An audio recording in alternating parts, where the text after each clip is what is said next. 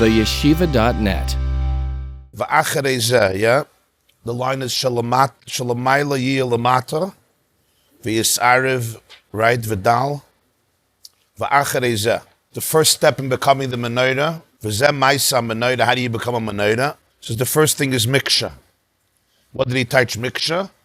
When you pound, when you're hammering gold, so that which is on top goes on the bottom, that which is on bottom goes on top. The original gold, the original form, gets mixed up. The original form is challenged. The original ausgeklappt. The original form is challenged, which in avodah of a person, it's that ability for a person to be able to really challenge that original form. Batal ritzonchem apnei ritzoner. Zeh ma'isa Hamenorah, miksha, that's the first word. Then there's zahav. Acharei zeh amar hakosef zahav. After miksha, the pasuk continues and says gold.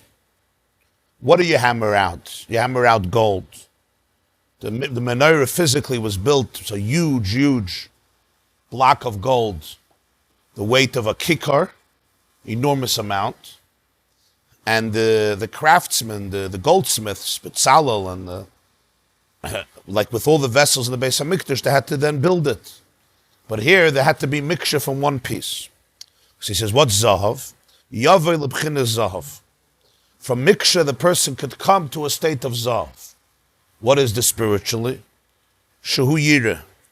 Zahav represents, gold represents color similar to fire, the goldish, reddish color, which represents yireh, awe. Unlike silver, kesef hu ahava. Kesef, it says in Svarim, you have it in Zohar, and in Kisvei Harizal, in Kabbalah, kesef represents ahava, love.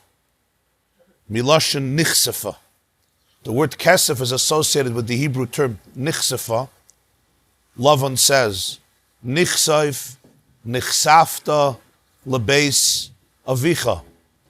You yearned, you craved to go home to your father, like we say in Yedid Nefesh, Erev Shabbos, right? Nichsaif nichsafti, lirois b'siferes uzecha.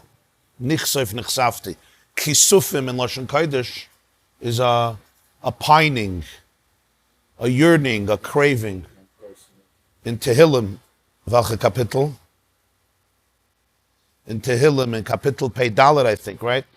Nichsefa v'gam kol sanavshi l'chatzreis beis Hashem. So what's nichsefa? A very deep yearning. So that's why Kesef is associated with ahava. Also the material, and like everything, it's connected also to the physicality of it. It arouses an element of love. What is this? Shekoisef lidavik b'sharshay la'ur ba'ir hachayim. Kesef represents the yearning of a person, the yearning of a soul for dveikus. What does it mean, dveikus? To become one with its own source, to return to its own root, to its own shirish. Just like a tree has a shirish, and the shirish is its source of life. And the tree will do anything to hold on to the shirish, to hold on to the roots, to remain connected. And the roots will fight very hard to remain rooted by having its firm place in the earth and stretching out both in breadth and in depth in order to go find its water. Because this shirish is its source of life, vitality. But by a tree, it's part of its makeup, it's part of its intrinsic makeup. If it's detached, it immediately spells the end of the tree. If you cut it off, eitz chayim hi l'machazikim ba.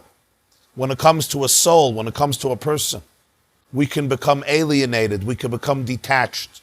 We could substitute ourselves with a pseudo-self. So Kesef is the kisufin, lidavik b'sharshay, to connect, to remain davuk in the shirish. Lower by rachayim, to connect in the light of life, in the source of life. V'zen nikra ava mesuteres. It's also called the ava mesuteres, the concealed love, sheyesh tamid b'leiv kol ish Yisrael, which always exists in the heart of every single Jew, as explained elsewhere. So sometimes the kesef could be concealed, but it's always there. Ava mesuteres, that's kisuf from kesef. V'zav nikra yira. In contrast to kesef, zav is associated with awe, yira, reverence. There's an expression in Eov, mitzafoin zahav yasa. Zav comes, yasa means comes, asa, comes from tzafoin. So the Mefarshim struggle with this pasuk, what Eov meant.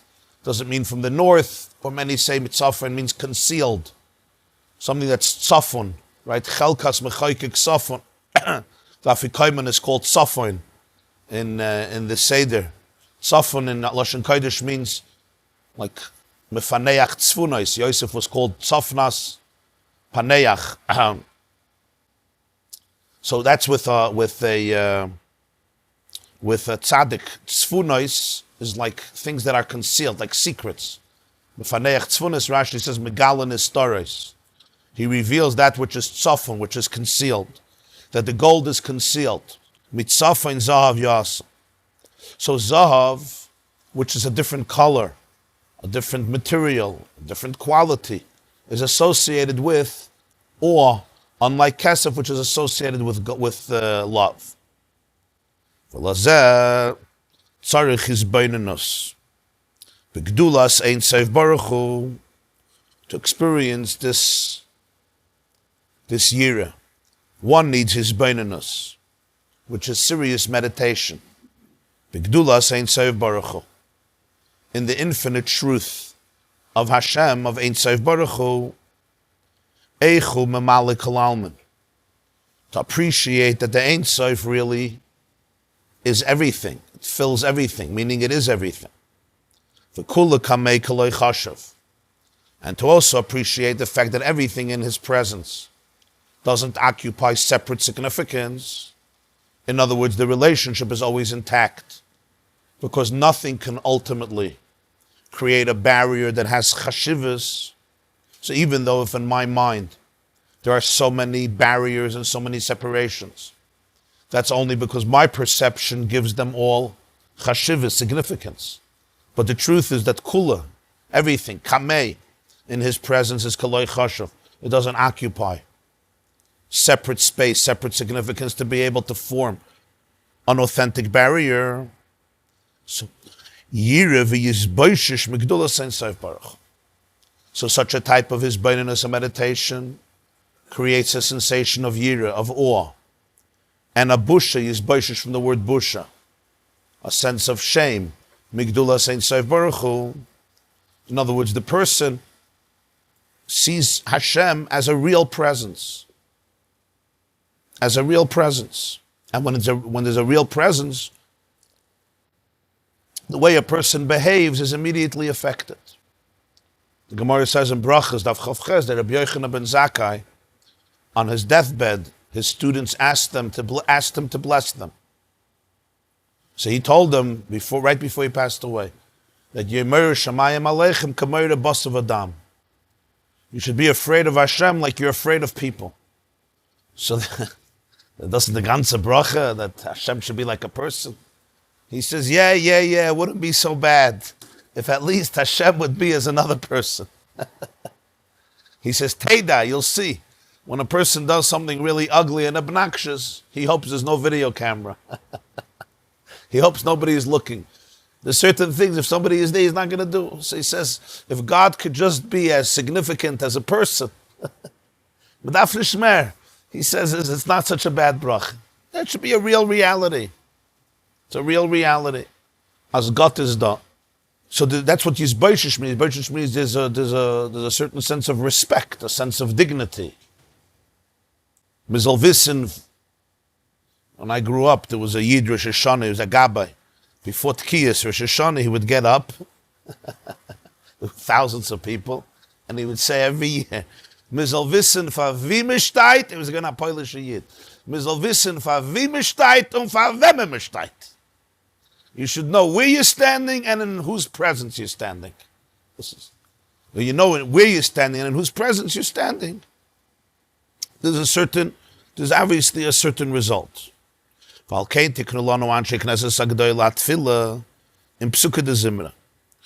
is the reason that the Anshe Knesset Agdola, the men of the Great Assembly, this is the group that rebuilt the Jewish community in the beginning of the era of the second Beis HaMikdash, like we say in the beginning of Pirkei Avos.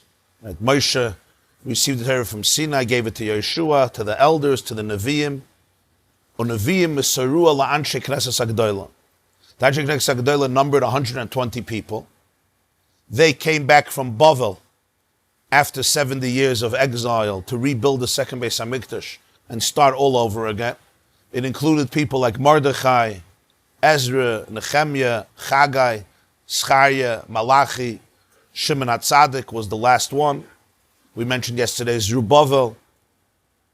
And the Anshe Knesset Agdola, one of the things they did was, they were the ones who were masaking the nusach of tefillah. The text of davening, Shemona Esrei, that we daven 3 times a day, Shachos, Mincha, Ma'ariv, comes from Anshe Knesset Agdola, together with many of the brachas, the blessings we make before mitzvahs, or before food, the brachas in davening, like the brachas of Krishma. Many of these were instituted by the Anshe Knesset Agdola. That's what he's saying. Altein tiknu lanu Anshe Knesset Agdola hatfila. They were misaking the tefillah im psukei de zimra, together with the introduction before tefillah, which are the verses of song. Psukei de zimra u'medayraisa ein tzarech. Min ha-Torah, midayraisa, biblically, there is no obligation for this. Kiyim kriya shma u'ma'at tefillah. If you talk about the Torah's perspective itself, what's the obligation on a Jew? Kriya Shema. Kriya Shema is to say Kriya Shema twice a day. B'shach b'cho v'komecha, when you go to sleep and when you get up. In other words, in the evening and in the morning. That's a chiyuv min ha-Torah, to say Kriya Shema. There's a machlokes also over there, if the chiyuv is just the first parsha, or also the second parsha, the whole Kriya Shema. Or part of that is Midirabbanan. But certainly, according to everybody, there's a part of Kriya Shema that is a biblical mandate, a biblical obligation on every Jew or Jewish man to say. Uma'at tefillah. And ashtikal davening is also min ha-Torah. Because according to most of the poskim, tefillah itself, the mitzvah of tefillah is a mitzvah min ha-Torah. The text of davening, the 3 times a day, that's all the Rabbanon. But the pasuk does say, Va'avadatem es Hashem Elokeichem. You should serve God. La'avdoi b'chol avavchem, serve him with your honor. The Gemara says, Eizei avodah shebelev, zu tefillah. So the Rambam says in Hilchas Tefillah that the etzem mitzvah of tefillah is min ha-Torah. But that could mean 1 minute. Ma'at tefillah. It could be 5 minutes. It can also be 6 hours. The avo is davened. But that's ma'at tefillah. Ma'at tefillah means a person turns to Hashem and connects. Ma'at tefillah. That's what it is b'daraisa. And he says, and it's not stam b'daraisa. K'may b'mikdash rishon. During the entire era of the first Beis HaMikdash, shelo hayu mispalalim, there was no concept of davening like we have today. Megaten Shul davening. You're going to Shul to daven. I'm going to Shachas. I'm going to Mincha. I'm going to Ma'ariv. That was not part of Jewish life. The times of tefillah, the nusach of tefillah, the structure of tefillah, this comes from the beginning of Bayis Sheni, Anshe Knesset Agdola. It existed by the second Beis HaMikdash, but not by the first Beis HaMikdash. So what did a Jewish morning look like in the first Beis HaMikdash? I don't know. I can't tell you what it looked like. But it looked very different than our mornings. Parking lot wasn't so packed either. Among other differences. The Ferd and the Wagen. Maybe it was packed, you say. The emes is that the musig of a shul also comes after Churban Bayis Rishon. Yecheskel Hanavi introduces it. Ve'ei lahem mikdash ma'at. Because there was always an epicenter. That was the epicenter of Jewish life. The Mishkan and then the Beis HaMikdash. V'asuli mikdash v'shechanti b'saycham. You want inspiration? Go to the Beis HaMikdash. That was behind the chiyuv of Maaser Sheni, where you had to go to Yerushalayim to eat your fruits. The Torah wanted every Jew to spend time in Yerushalayim with the family. So there's Aliyah L'Regel, there's going for Yom Tov, Pesach, Shavuos, Sukkot. There was going in the middle of the year to eat your Maaseh Sheni, to bring your Bikurim, to bring what's called your Nete Revoi, different, your Maaseh Behemoths. There were different halachic obligations. A Jew would come to Yerushalayim. It would also build the economy of Yerushalayim, because everybody was pouring in money over there. It was good on many levels. But there was an epicenter. When the Beis HaMikdash was destroyed by Nebuchadnezzar, it wasn't just the end of an era. It spelled the concern, like with every other nation in history, for the end. Because there's no, you don't have your own country, you don't have your own military, you don't have your own political infrastructure, you don't have your own commonwealth, and you don't have your own spiritual epicenter. And that's where Yecheskel HaNavi, who was one of the Nevi'im, following the destruction of the first Beis HaMikdash, introduced the concept of a Mikdash Ma'at, that there's a portable Beis HaMikdash, wherever Jews meet to connect to God. People don't realize the revolution of we take shuls for granted. Don't take a shul for granted. It's not a simple thing. You know, today, you go to gate and shul. Where did it had to be invented? People had a home, and that's where you spent your time. You went to the marketplace for personal business. The idea to come together. And what's the purpose? So before the kiddush and before the soup and before the cake and before the coffee and before the networking and before getting out of your house and you have a good religious excuse, the concept was you're coming together for what? You're not living there, sleeping there, or doing business there. It was really the concept that where Jews come together to pray, to learn, to study, so the divine presence is there. This was a unique chiddush, and it reshaped Jewish history, because suddenly the Beis HaMikdash was everywhere. Nebuchadnezzar thought he destroyed the Beis HaMikdash. Poor guy. He destroyed one. He got 4,000. He destroyed. Yeah, no, just here, just in these tents. Just in these tents, every day there's a new shul. You saw a new tent just went up, I see. So this is after, So the second Beis HaMikdash was already established. If you go to archaeological sites in Eretz Yisrael, you'll see all these ancient shuls that they had with their bleachers. I mean, you could see the structures. It started in Bavel, because there was no Beis HaMikdash anymore. Yecheskel's prophecy is Ani begoila. Ani betoicha goila al nahar kvar. I am in exile by the Kvar River. That's where he sees his vision. He started to say Nevuah in Eretz Yisrael, but then he was among the exiles. Ezekiel the prophet. So he introduces the concept of Mikdash Ma'at, a small, miniature sanctuary. And that became a tremendous focal point. Remaining every Monday and Thursday. When did that start? Ezra. At the same time? Yeah. Ezra made 10, the Gemara says, but Bakama Ezra made 10 takonas. 10 takonas for the Jewish people, yeah. She says in Bayis Rishon, Lo hoyu mispalin, they didn't daven. He doesn't mean Lo hoyu mispalin, there was no concept of tefillah. He just says, but Lo hoyu mispalin, the concept of medavent, that didn't exist. Why? So listen to the Balatanya's words. Lefi shahaya sichlam bahir b'shchakim kol hayoim liroy sulahavin ployus ein soif baruch hu. The Herst. Because their mind, their consciousness was bahir b'shchakim. Bahir b'shchakim was an expression in Eov. It was bright in the heavens. What it means bright in the heavens? It means their minds were attuned to the spiritual consciousness of the universe. To see and perceive Ployus Ein Sof Baruch Hu, to see and perceive the infinity of God, which saturates and fills every moment of life. He doesn't mean all in the Mayach versus the Leiv. He just means the Mayach as the central nervous system. He doesn't mean here the mind versus the heart. He just means the mind as the center of consciousness. Verstehst? He doesn't mean not the heart. Everything begins in the brain. Their minds were attuned to the spiritual consciousness. not without doing. It was like a reality.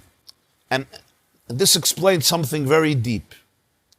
If you read through Tanakh, you see how much Jews struggled with Avodah Zarah. And it's hard to understand today. What was the struggle with Avodah? And it didn't stop. And the biggest, Yeravim ben Nevat, the Gemara says about Yeravim ben Nevat, he was the successor of Shlomo HaMelech when the Melucha split, that he resurrected Avodah Zarah. He brought it back to the Jewish people. He built two golden statues, one in Dan and one in Bethel, two calves. It wasn't enough for him, one Egel Azav. He needed two. Many of the kings, Eliyahu Hanavi at some point says that the Jewish people have abandoned. Anoichi nisharti, I'm the one prophet that remained. Yeah. And there was such an saturation. Avodah Zarah was so saturated, it was like an addiction. And Avodah Zarah's, all of the rituals and the orgies that they had was incredibly powerful. And it overwhelmed Jewish society. And the Nevi'im don't stop talking about it throughout the Tanakh. The Baals and the Asherahs and many other gods that they worshipped. And one wonders what it was. But the truth is that this is what was happening. In the time of Bayis Rishon, spiritual consciousness was the name of the game. It was like having a cell phone today. To be an Adam in Ayishuv, to be an Adam in Ayishuv, there was a part of the daily conversation was spiritual consciousness. But the path of Kedusha is one that requires discipline and structure and commitment and submission and deep introspection and growth. The Avodah Zarahs weren't stam, people looking at a statue and bowing down or pouring wine. The Avodah Zarahs came with a whole spiritual practice. They were there to trigger deep states of consciousness. And it was a different path than Judaism because it was a way of experiencing the inner workings of the universe without the path of halacha, of Yiddishkeit. That was its appeal. The Gemara says in Masechta Yuma that the Anshe Knesset Agdoila, one of the things they did was they destroyed Yitzra Avodah Zarah. What does this mean? They also wanted to destroy the second Yetzer Hara of Arayas, promiscuity. But then they looked for a fresh egg. In Eretz Yisrael, they couldn't find an egg because the roosters weren't excited anymore. And that was that. So they didn't fertilize. They couldn't find they realized no new chicks are going to happen. So Kalya Alma, if we get rid of Arayas, there's not going to be a world anymore. So they weakened it. Which means you have to understand what Arayas was like in the first Beis HaMikdash. If today it's Shrach, so you have to understand what it was like then. It's hard for us to understand the intensity of it. I mean, some of us know the intensity of it, but imagine this is already after it was weakened. But Yitzra Avodah Zarah, it says they got rid of. Now everything, Zelu Umazeh, when the Yetzer of Avodah Zarah got rid of it, it affected also Yiddishkeit, the Zelu Umazeh. When the Avodah Zarah existed in the world, the opposite in Kedusha was that there was a very deep spiritual consciousness. And that's what Judaism was. The ritualistic elements were subservient to the spiritual consciousness, even tefillah. It wasn't the words. When the Yetzer of Avodah Zarah died, so in the world of Tumah, in the world of Klippa, that sense of spiritual consciousness was also dulled. And in Judaism, it became a very strong emphasis on the behavior and the ritual, what you might call institutionalized religion, which had a tremendous advantage because There was a safety there. There was a security there. There was a consistency there. The challenge is it can also be lifeless. It can be cold. It can be dead. In Bayis Rishon, it wasn't dead. Now, some of the Avodah Zaras were actually disgusting. There was a lot of promiscuity around them. They have still remnants of it in different parts of the world. How people behaved. It was stripped from all layers of what we call ethics and morality, and there was some horrific things in terms of death and burning and human sacrifice, etc. You know, some of them became real cults. A lot of real cults. But what was the appeal? The appeal was a spiritual high. It was a spiritual high. It was their psychedelic experiments, literally. And that's how they lived. Without that spiritual high, you couldn't live. So the spiritual high through God, you have to be a mensch. You don't always want to be a mensch. You want a spiritual high without paying a price. That happens all the time, right? People want to be spiritually high. So they have all these types of experiments that they do because I want to be high. So Avodah Zarah offered a beautiful path. And the Nevi'im couldn't tolerate it, because of what it did to the society. It came with a breakdown of a lot of moral boundaries. The Gemara says in Yuma that the Beis HaMikdash ultimately was destroyed. Avodah Zarah was rampant, Gilui Arayos was rampant, and Shrichas Damim was rampant. So Avodah Zarah wasn't so romantic and geschmack. It ultimately produced tremendous corruption. There was no boundaries, mamish no boundaries. So they got rid of that Yetzer Hara Avodah Zarah. But what happened also in Kedusha is that the consciousness was not the same. As he says, Hayasichlam bohir b'shchakim kol hayoim liroy sulahavim ployus hein soif baruch hu. It's always zelu umaza. When you say they got rid when you say they got rid of, they disconnected the energy part, right? You said they got rid of the Yetzer Hara Avodah Zarah. It says they saw a lion come out of Kodesh HaKadoshim. It's obviously a metaphor. How do you kill a Yetzer Hara? I mean, you can't shoot a bullet into it or take a spear or a sword. It says that they davened for the diminishing, It's hard for us to understand because basically the human being his life was not revolving anymore, looking for that around that. The person became more content with just, call it living a more boring, monotonous, consistent life. It wasn't all about that. Where in the first Beis HaMikdash, Avodah Zarah was like, where are you going for Avodah Zarah? It's like, where are you going for dinner? What are you doing for the weekend? What is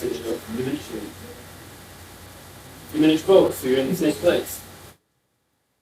Well, they saw the consequences were very, very devastating. Not no passion, less passion. Not no passion, less passion. The challenge becomes, you're right, the challenge becomes that Judaism gets very technical.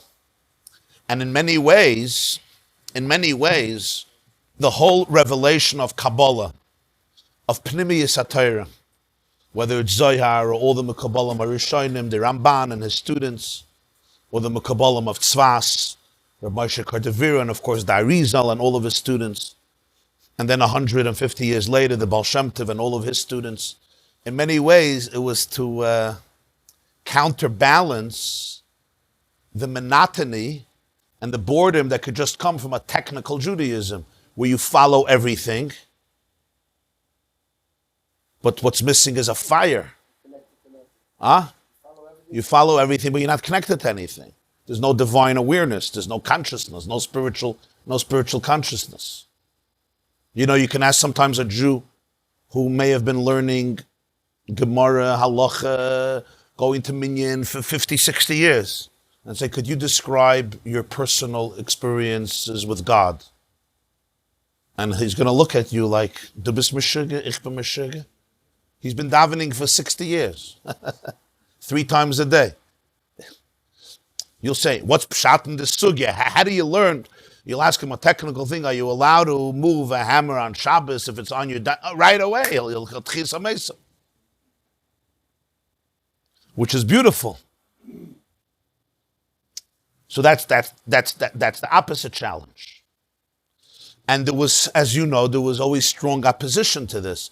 And much of the opposition, I'm talking about the genuine opposition, not the political opposition, much of the opposition was when Judaism diverts from technicalities, it can get dangerous. In other words, don't confuse people. The moment you bring in passion and consciousness, we don't know where it's going to end up. If it remains very technical and consistent and rigid, so then it's black and white. You know, boxes are safe. There's a nevuah in Yoel, one of the Nevi'im. So he speaks about Mashiach. So he says, Eshpech ruchi al kol basar v'nibu b'neichem u'b'neisechem. That basically everybody's going to experience prophecy. Does mean everybody's going to experience prophecy? It means that every mind is going to be attuned to the divine energy vibrating. So as the generations progressed, they also understood that in the world, people are looking for spiritual consciousness. People are looking for connection. So if Judaism doesn't provide that, they go elsewhere. So Buddhism is connected to Buddhism. Yeah, not just a lot. 30% of Buddhists in America are Jews. You know what 30% means? Jews constitute, I think, around 2% of America. Maybe even less. There's 300 million Americans. There's 5 million Jews. How much percent is that? There's 5 million Jews in America. There's 1.6%. So I would expect 1.6% of Buddhists in America should be Jewish. 2%, 3%, become 30%. If you go to New Age groups, a professor once told me he did the research.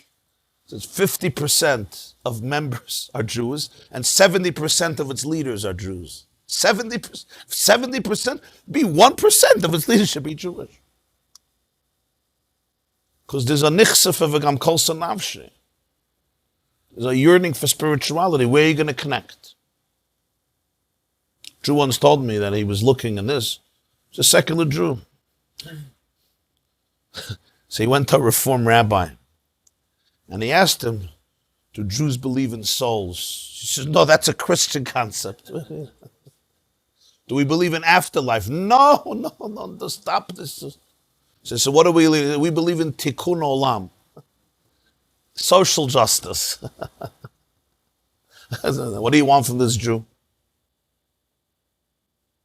So there's a tremendous yearning for spiritual connection, for spiritual consciousness. Tremendous yearning. So the truth is, all of Yiddishkeit is based on it. It's the ultimate source of spirituality. But for that, you have to be able to see the pnimius. So that's what he's now going to continue. What happened? What did they make all these brachas and tefillas? They saw the perceptions were diminished. V'niskarvu halavovois el hachoymer lirois hageshem levad. And the hearts started to embrace the material to only see the superficial layer of existence. The hearts became close to the choymer. Choymer is the brute material. Lirois hageshem levad, to perceive only the thin layer of physicality. And by his rishon, the eyes were, so to speak, more microscopic, to be able to see what is beyond the geshem. Just like even in science today. If you look through a microscope, you'll see a new world. You'll see a living world. You'll see the cellular world, Ananda Welt. You look at the molecular world, the cellular world, the atomic world, the subatomic world, it's a different Welt. And once you go to those places, the geshem, the material, is completely transformed, and it starts kissing the ruach. The kiss between geshem, material, and ruach, spiritual, becomes very close. In the beginning of Bayesheni, they saw that there was a complete change, and that's connected with the killing of the Yetzirah of Avodah Zarah. It works both ways. People are now content with being material, and they see the geshem. That's the perspective of life. So what happened? Al kein tiknu lehem atfila. That's why Anshe Knesset Agdayla, having the spiritual antennas of the time, which was the role of Anshe Knesset Agdayla, instituted tefillah. Ubir chaysen, all the blessings. Shekula sipurei shvachei alikim pa'amim harbe she'agiya lemidas yira. When a person davens with sincerity, what is it? It's telling a different story of the universe. You read through Psukah de Zimra, and if you understand what you're saying and you focus on what you're saying, it's telling a different story. It also speaks about rain and snow. It also speaks about ants and insects and reptiles and birds. It also speaks about the weather. But Kula Sipur Shvachi Elikim, it tells a deeper story of the universe. This allows for there to be an awe, a reverence, the gold. This is the deeper meaning of the pasuk in Shir Hashirim. The beloved, you have the two beloved people in the metaphor of Shir Hashirim, and she says about her groom, Rifidasoi Zahav. Rifidasoi means his bed. His bed is made of gold. So the Balatanya teaches, Kemoi Hamasader Hamita.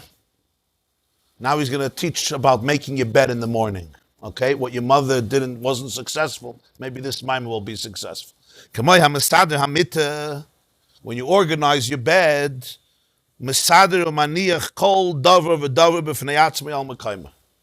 Everything has to have a place. That's what Seder means. If things take over other places, there's no Seder. So the Seder there has to be a Seder. Everything, your Masada Hamita, there's the place for the mattress, the place for the blanket, the place of the pillow, and everything has to be put al Mekayma. Okay, Hamasader Shvachi Elikim. So he says, Rifidasoi Zav. God's bed is made out of gold. Rifidasoi is not just the bed, it's like the whole, what is it called, like what we would call the headset, the whole structure of the resting place. All the elements that come with Mishkav and Moishav. So he says, Kain Hamasader Shvachi Elikim, the organizer of the praises of Hashem, Noisin Makim, L'chol Devar Hashem, Shabara L'chvaydai Limtzei Gedulasai. Rifidasai Zav is the entire furniture of the bedroom is made of gold.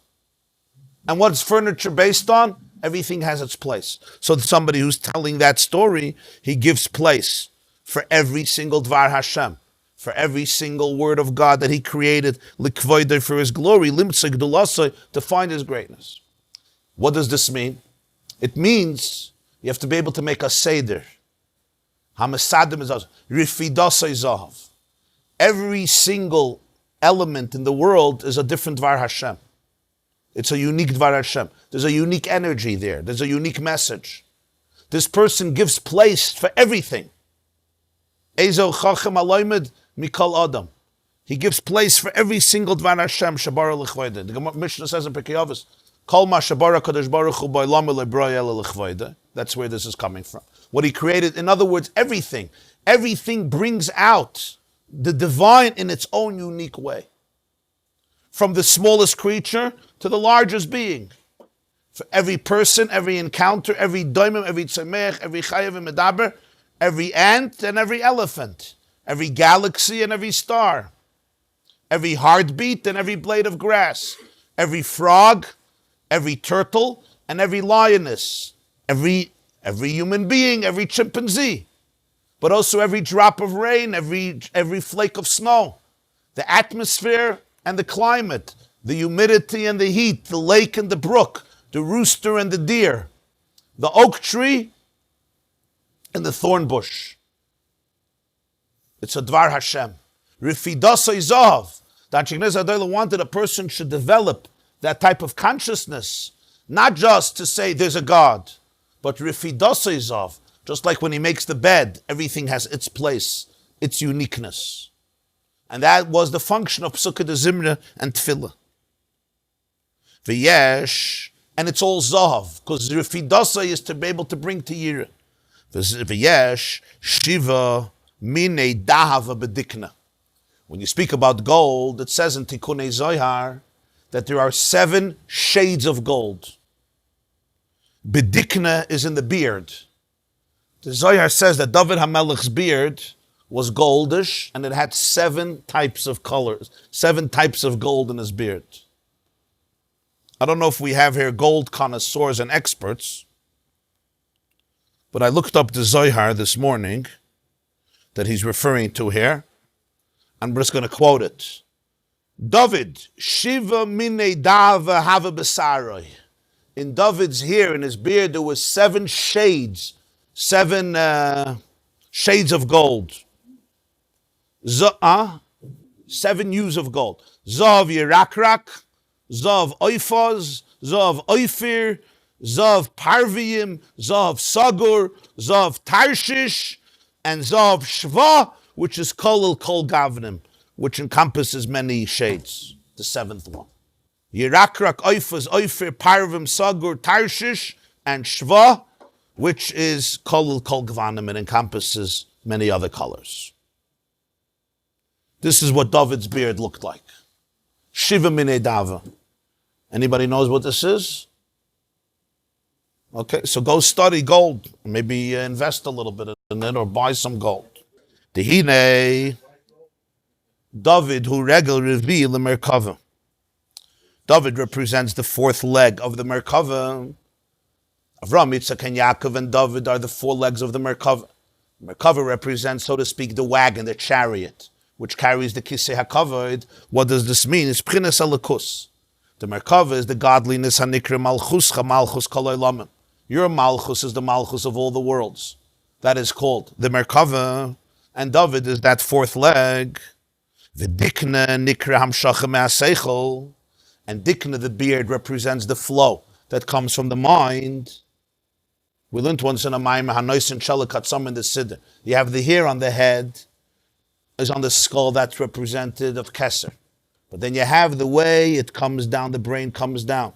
And the hair of the beard represents that which flows from Seichel. So he says, V'yesh Shiva Minei Sichlim.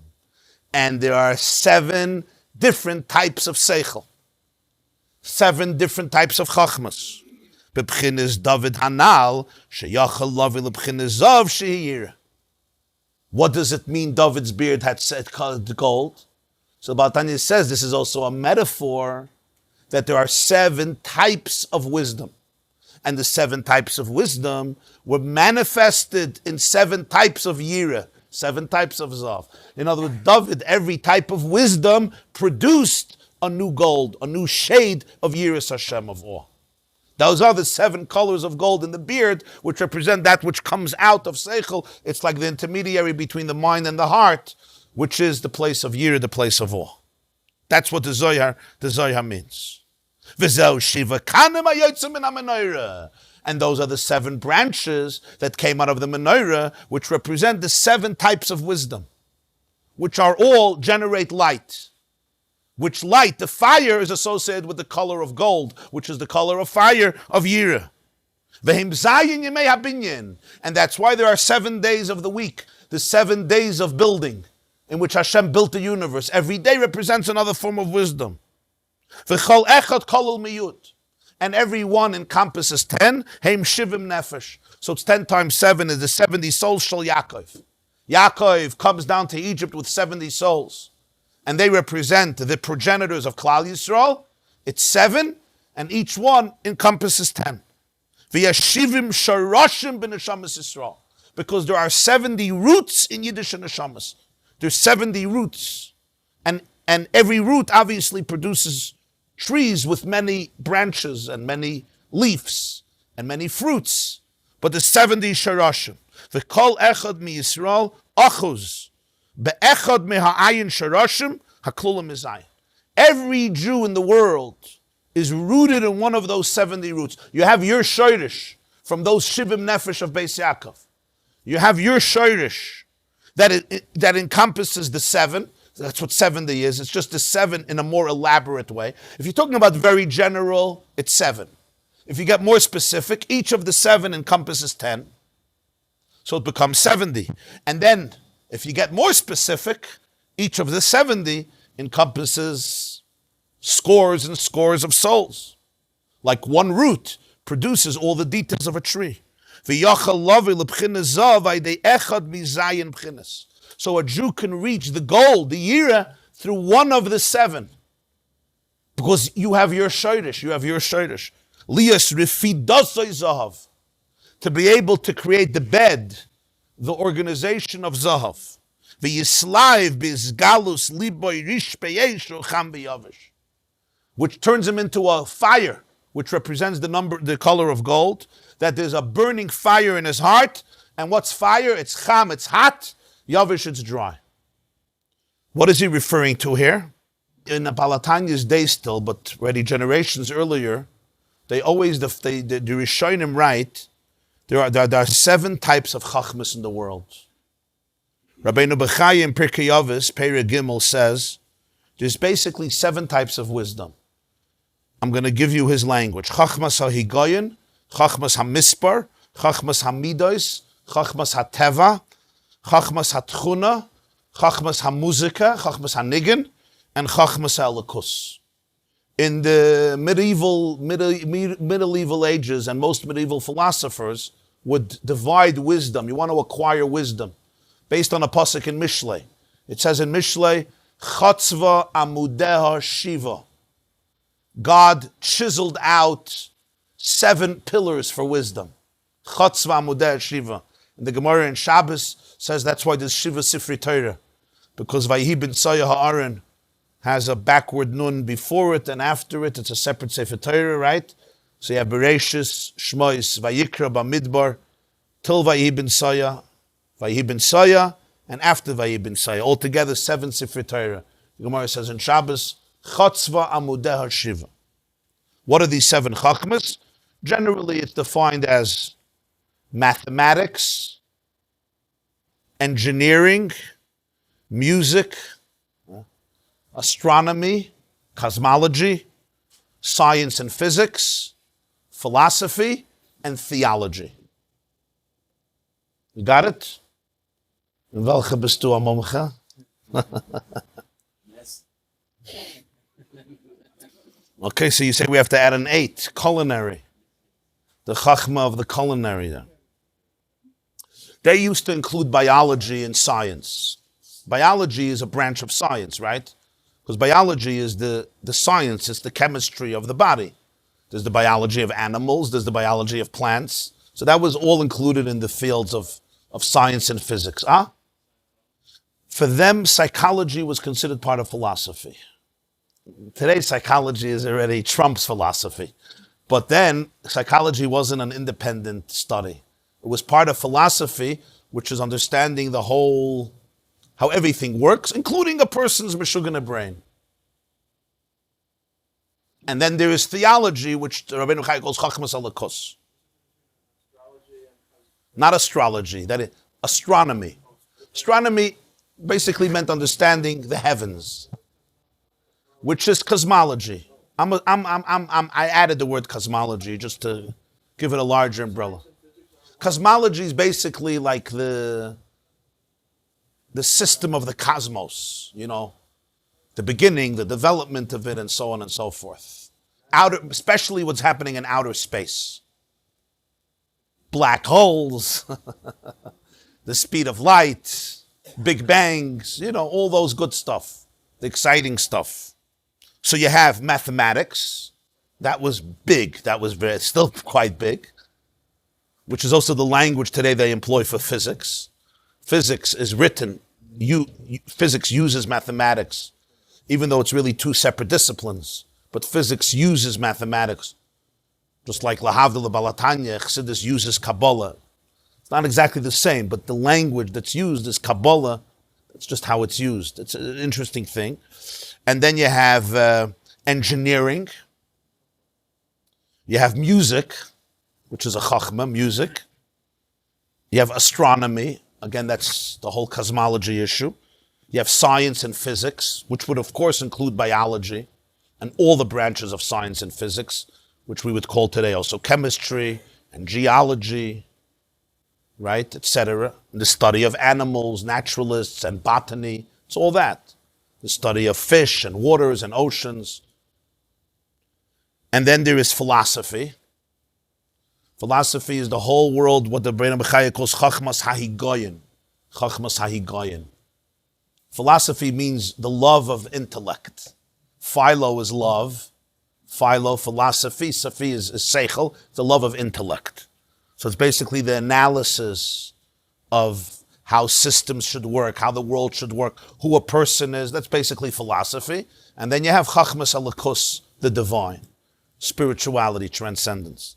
So that's where Rabbeinu Bechaya puts it. Higoyin is what we call philosophy. Mispar is what we call mathematics. Teva is what we call science, nature. Tchun is what we call astronomy. Nigin is what we call music. Chachmas elikus. And then he has Chachmas Hamidos. What he means by midas is engineering, measurements. Like especially mechanical engineering, that's why he calls it midos. So, with the Sitra Asra, it's not actually this so in Tanya he says that all of the Chachmas are called Klippas Noiga. Right? He says, Chachmas, well, what does Klippas Noiga? He says, what about the Chachmas of Sitra Achara? Here we're talking about Chachmas that by David HaMelech all brought him to Yiras Hashem. Everyone. Engineering, music, science, physics. Why? What are all these Chachmas? These Chachmas is really God's mind. Who made the body? Who made the galaxies? All the Chachmas, all these 7 Chachmas, are essentially probing the secrets of the universe. So that's why they're defined in Tanya Periches as Klippas Noiga. What's Prat Klippas Noiga? It's a term from Yecheskel. Klippa means a shell, a husk. Noiga means light. It's translucent. The light shines through it. It's a shell, but it's not a shell that eclipses completely. And there's 2 ways how a person can deal with Klippas Noiga. For example, I can eat, and the food could become an instrument for spiritual elevation, and then the food is oila from Klippa to Kedusha because I reveal the godliness of it. Every Chachma, right, individuals, maybe not every individual, you could reveal the elokus of it, the godliness. That's what he says by David HaMelech, those are the 7 shades of gold. Every Chachma produced a different type of Yiras Hashem. You can't compare mathematics to music. As you know, it's 2 different parts of the brain. And sometimes it's very paradoxical. There are people, when they start hearing mathematics, they shut down la'olam v'ad. Music, they come to life. And conversely. Now people, right? I once heard from the British chief rabbi, Rabbi Jonathan Sachs. There was a Jew in Britain. He was a very big historian. His name was Isaiah Berlin. Sir Isaiah Berlin. It's interesting. He had the Mittler Rebbe's tefillin. Because he was an interesting Jew.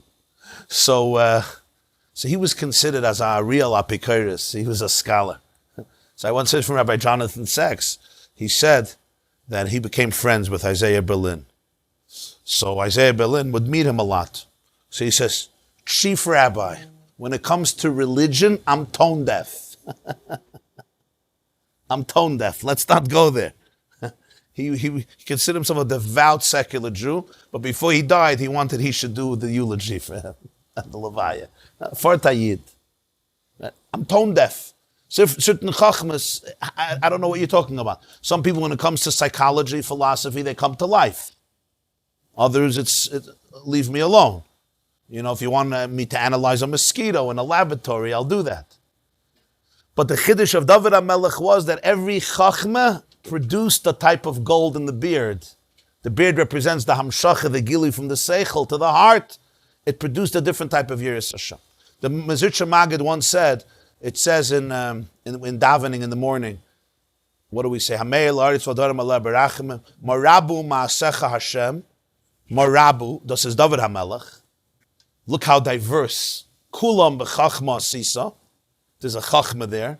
Mala ha'aretz kinyanecha. Mala ha'aretz kinyanecha literally means the earth is filled with your kinyan, which means you own everything. Whatever the earth is filled with, you own. It's your kinyan. Like we say, you acquire it. It's your acquisition. It belongs to you. Huh? It's your possession. The Magid, Kedarka, it's a Pnimius. What's Malaretz Kinyanecha? Not the whole earth is not the whole world is filled with your possession. Yeah, that's true, obviously. Hashem Aretzim Loya. Malaretz Kinyanecha, listen to what the Magid said. He said, the ganze Welt is full mit Sachen, durch welche me ken dir keine sein. Mala ha'aretz, the world is filled with things through which we can acquire you. There's nothing in the world that can be used to acquire you. Generally, you look at the world, yeah? It's a verhackte Welt. No.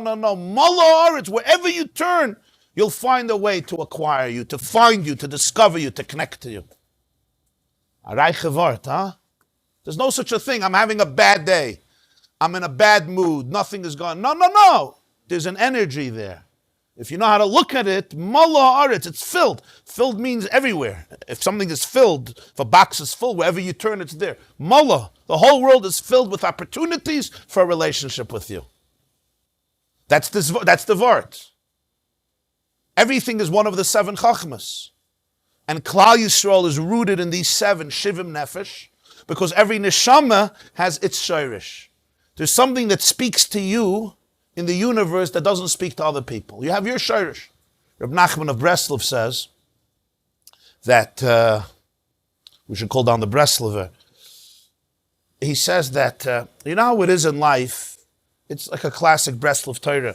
You know how it is in life. Sometimes you just click with somebody in a way that you can't click with other people. You can have a neighbor. You know, sometimes you grow up near somebody for like 35 years. You borrow eggs every other day from each other. If you need a bottle of milk, you're fine. You're good. Good Shabbos, good morning. You meet each other once a day, 3 times a day.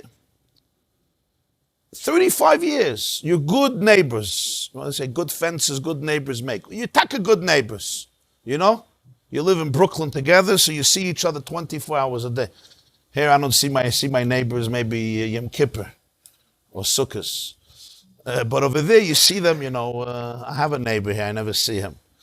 So, Masli comes to the Shia, so I see my neighbor, because over here, you know, it's like between one star and another star. A few million light years away. But how did I get into this? Reb Nachman. So this is your name. I'm just giving a mushroom. And then sometimes you meet somebody. I don't know. You meet somebody in Ukraine. You meet somebody on a trip. You meet somebody. And in 10 minutes, you connect. Like you could tell him things that you wouldn't think of telling your neighbor in 30 years. Maybe you're going to meet every day. That guy you're not going to meet. It's like it just snaps. It's not that, we're not talking you have something against your neighbor. Your neighbors are fine to eat. You know, there's just certain people that understand you. You can open up to them in a way that you can't open up to other people. And we're not talking here about negativity. We're not negativity. But there's just a certain connection. So Reb Nachman says, why? So he says, because there's the 70 Sharashim. You come from the same Shirish. You come from the same Shirish. Me versteht sich eine der andere. We get nutrients from the same root. Another person, we're all in the same garden. We're all in the same garden. We're all connected. But if you and I are 2 branches rooted from the same root, there's a language. There's just an immediate deep connection that you feel. The Arizal says that I saw this in the Arizal. Actually, my brother showed this to me.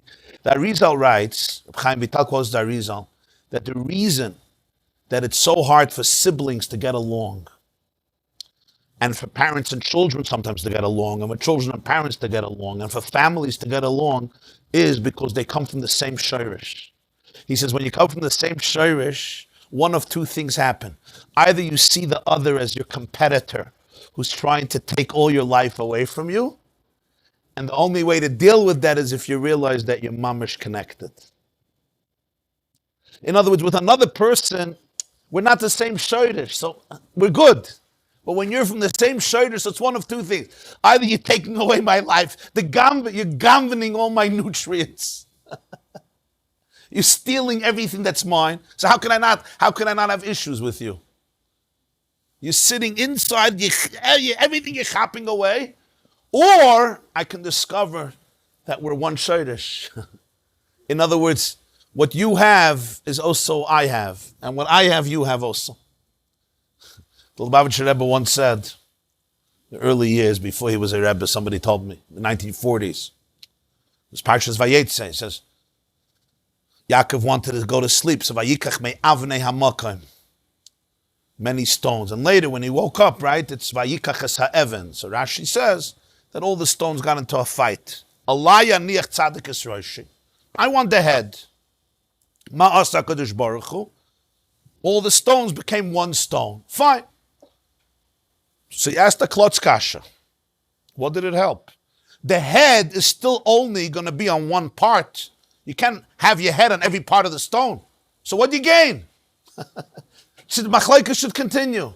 He says the pshat is, as mis eine, art mir nicht, that du hast the cup. The head. If we're one, I don't mind if you have the head. It's fine. It's a secret of Shalom Bayis. It's a secret of Shalom Bayis. If we're one, I want you to have the head. You having the head is me having the head. And me having the head is you having the head. But if we're not one, it doesn't work. So when you come from one shirish, you got to be very careful. Because here you could really butt heads with each other, pun intended. Or butt roots with each other. But when you realize it's one tree, it's one shirish, was schlagst du sich? It's like cutting off part of your root. You're not going to be happier. But you have to, again, expand your consciousness.